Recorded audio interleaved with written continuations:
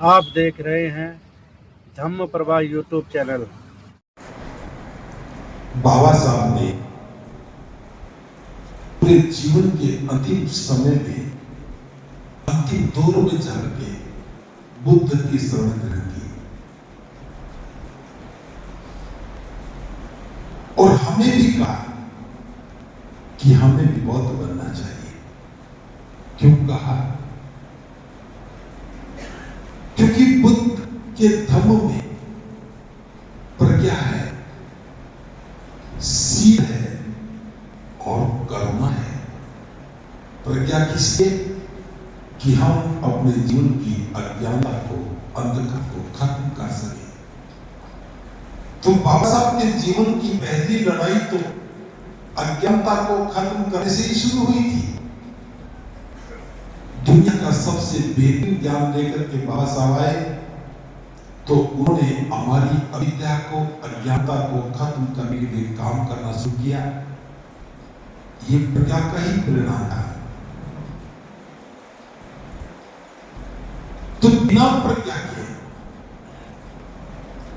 हमारा कल्याण नहीं हो सकता, हम अपनी मुक्ति का मार्ग नहीं देख सकते। जो व्यक्ति यही सोचता हो कि मेरा कल्याण तो ऊपर वाला ही करेगा, तो प्रयास कहां रह जाते हैं? जब मेरे मन में विश्वास हो जाए कि मेरा कल्याण तो कोई और ही करेगा, तो मैं प्रयास क्यों करूंगा? इस विचार ने हमारी क्रियाशीलता को नष्ट कर दिया था। तो बाबा साहब चाहते थे कि प्रज्ञा को समझ करके हम आंदोलित हो जाएं। जब हम प्रज्ञा की बात करते हैं तो प्रज्ञा में जो पहला कदम है वो सम्यक दृष्टि का कदम है। और सम्यक दृष्टि का अर्थ यही है कि हम अपनी अविद्या को, अज्ञानता को नष्ट करें, क्योंकि हमारे दुखों के कारण में सबसे बड़ा कारण हमारी अविद्या का है। अज्ञानता ही हमारे कारण की जड़ है। जब हम अविद्या से मुक्त होते हैं तभी हमारा मन प्रसन्नचित होता है, भय से मुक्त होते हैं, और भय से मुक्त होते हैं तो मन प्रसन्नचित होता है, और मन प्रसन्नचित होता है तो बुद्धि निर्मल होती है, और बुद्धि निर्मल हो जाए यही प्रज्ञा है। हम ज्ञानवान तो हो गए लेकिन प्रज्ञावान नहीं हुए। इस बात को ठीक से समझ लेना। ज्ञानवान होना एक बात है, लेकिन प्रज्ञावान होना बिल्कुल अलग बात है। ये जरूरी नहीं कि ज्ञानवान व्यक्ति अंधविश्वासी ना हो, ये जरूरी नहीं कि ज्ञानवान व्यक्ति अज्ञानपन ना हो। बहुत सारे विद्वान व्यक्ति भी अज्ञानता में जिंदगी भर पड़े रहते हैं, लेकिन जो ज्ञानवान है लेकिन साथ प्रज्ञावान है तो ये मान लिया जाता है कि वो अज्ञानता, अंधविश्वास से होता है। तो बुद्ध ने भी मुक्ति के मार्ग में सबसे पहले प्रज्ञा को रखा। बुद्ध कहते हैं जब किसी व्यक्ति के जीवन में उचित प्रयोजन का उदय होता है और मन क्रियाशील हो जाता है, और मन के क्रियाशील होने से हमारा जीवन गतिशील हो जाता है। ये गतिशीलता ही प्रगति है। हमारा मन क्रियाशील क्यों नहीं हुआ? क्योंकि हमारे मन में उचित प्रयोजन पैदा नहीं हुआ। तो प्रज्ञा उचित प्रयोजन पैदा करती है। प्रज्ञा के साथ सील का बड़ा महत्व है। अभी मंत्री जी ने 5 सील की आपने याचना की। 5 सील क्या है?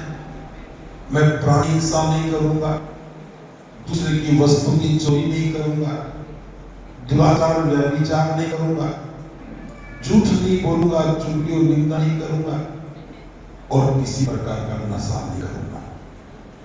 बहुत सामान्य बात है, लेकिन समझ में नहीं आई।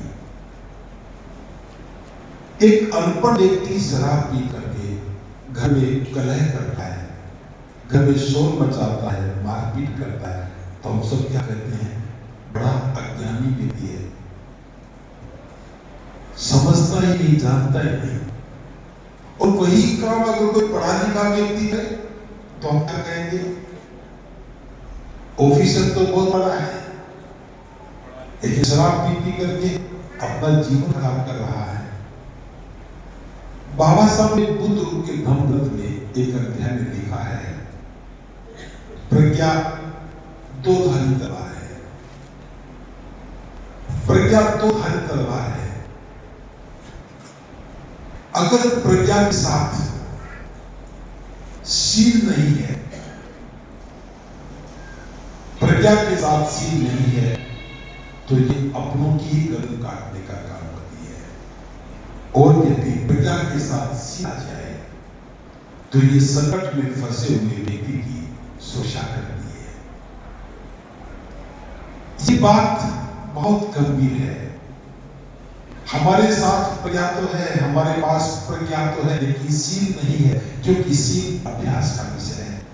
और शील नहीं होने की वजह से हम आपस में लड़ते हैं, संगठनों में बढ़ जाते हैं, घर में कलह है, परिवारों में तनाव है, जीवन सुखी नहीं है। तो जीवन के कल्याण के लिए प्रज्ञा और शील दोनों का साथ होना बहुत जरूरी है। मैं एक शील का उदाहरण देता हूं। शील का प्रभाव कितना गहरा है। बुद्ध बनना ही काफी नहीं था। जब सिद्धार्थ बुद्ध बने, इस बात को थोड़ा गंभीरता से समझना। जब सिद्धार्थ बुद्ध बने, वो बहुत खुशी का क्षण था कि जिस उद्देश्य को लेकर के सिद्धार्थ ने ग्रह क्या किया था, और वो उद्देश्य पूरा किया, समृद्धि प्राप्त हो गई, समस्याएं दिख रही हैं, कारण जान लिया जा रहा है और निवारण भी है। तो बुद्ध के मन में क्या विचार आया कि जो मुझे ज्ञान मिला है, जो मुझे समृद्धि प्राप्ति हो गई है, क्या मैं इससे खुद ही आनंदित होता रहूं या फिर औरों का कल्याण करूं?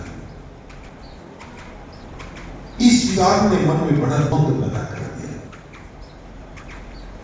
अशोक गौतम जी ने इस पर थोड़ा प्रकाश भी डाला है कि बुद्ध सोचने लगे कि मेरा धर्म तो बड़ा गूढ़ है, सामान्य व्यक्ति की बात तो बहुत विद्वान नहीं समझ पाएंगे, बड़ा सूक्ष्म है, तो फिर कैसे मैं कल्याण करूंगा? तो इस बात को हमें भी समझना चाहिए।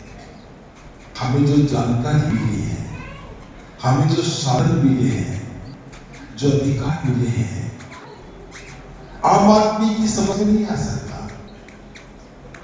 इसलिए हमें भी बुद्ध की तरह सोचना चाहिए और क्या करना चाहिए? बुद्ध ने बोध गया छोड़ दिया, सारनाथ चले आए। किसको उपदेश दूं? अपने आचार्य को, आलाकमान को, जिसने मुझे ध्यान साधना के साधन सिखाए। बड़ी अद्भुत घटना थी। एक दिन सिद्धार्थ ने अपने आचार्य से कहा कि हे आचार्य, आपने मुझे ध्यान साधना के साधन सिखा दी, इससे अगला चरण क्या है? आचार्य भी बड़े अद्भुत थे, कहने लगे कि हे सिद्धार्थ, तुम मेरे बड़े प्रिय शिष्य हो, मैंने तुमसे कुछ छुपाया नहीं है, जो मेरे पास था मैंने सब सिखा दिया है, इसके आगे मैं भी नहीं जानता हूं, तुम्हें जानना तो आगे जाओ। तो बुद्ध ने सोचा कि अगर मैं अपने ही आचार्य को ज्ञान दूंगा तो कल्याण होगा, वो हजारों विद्यार्थियों का कल्याण करेंगे। उसी समय पता लगा कि आचार्य आधार काल दुनिया में नहीं रहे। फिर आचार्य उद्धत रामपुर का ख्याल आया, सोचा कि उन्होंने मुझे 8वां चरण सिखाया, उनके साथ भी ये घटना घटी, उनसे भी ये पूछा कि ये आचार्य इसके आगे क्या? उद्धत रामपुर ने भी कहा, हे सिद्धार्थ, बस मैं इतना जानता था, सिखा दिया है, वो जानना तो आगे जाओ, आगे कोई जानने वाला था ही नहीं। बुद्ध ने सोचा कि मैं आचार्य उद्धत रामपुर को ही ज्ञान दूंगा। पता लगा कि वो भी अभी दुनिया से चले गए। तो 5 परिव्राजकों को बोलना चाहिए जो मेरी सेवा करते थे।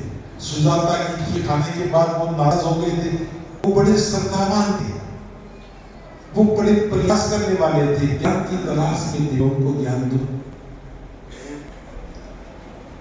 बौद्ध गया से चलकर के तथागत सारनाथ में आए, मृगदाय वन में आए और 5 परिव्राजकों को पहला उपदेश दिया, उनको अपना शिष्य बनाया। लेकिन बुद्ध रुके नहीं। इस घटना को तो गंभीरता से समझिए, तब व्यवस्था निर्माण की बात समझ में आएगी। सिद्धार्थ का उद्देश्य केवल बुद्ध बनना ही नहीं था, बुद्ध बनकर जो काम करना था उसके लिए अभी प्रयास शुरू भी हुआ था। एक काम पूरा हो गया था कि सिद्धार्थ बुद्ध बन गए थे, लेकिन बुद्ध बनने के बाद जनता का कल्याण कैसे करूं? तो 5 परिव्राजकों को पहला उपदेश दिया। फिर एक नगर श्रेष्ठी का बेटा यश था, वो आ गया तो उसे शिष्य बना लिया। फिर उसके 5 मित्र थे, वो आए, फिर उनके 50 मित्र आए, वो थे आए, और कुल मिलाकर के 60 से ज्यादा 63 शिष्य हो गए थे। और 3 महीने तक सारनाथ में रुकर के तथागत उनको राजगृह ले गए, मगध में चले गए।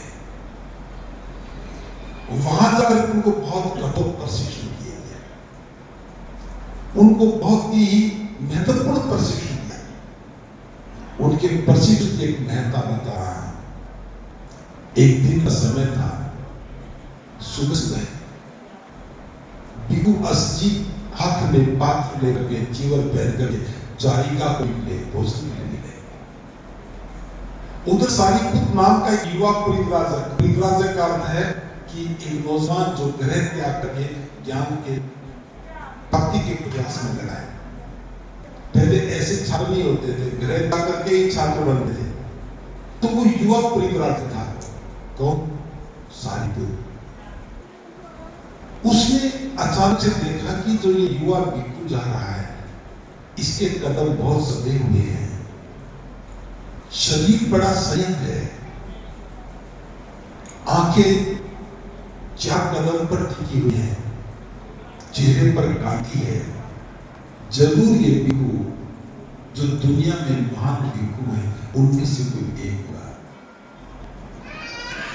फिर समझने की कोशिश करना। भिक्षु असली भिक्षाटन के लिए जा रहे हैं, भोजन लेने के लिए जा रहे हैं। सारिपुत्र उन्हें देख रहा है कि ये युवा भिक्षु कदम सधे हुए हैं,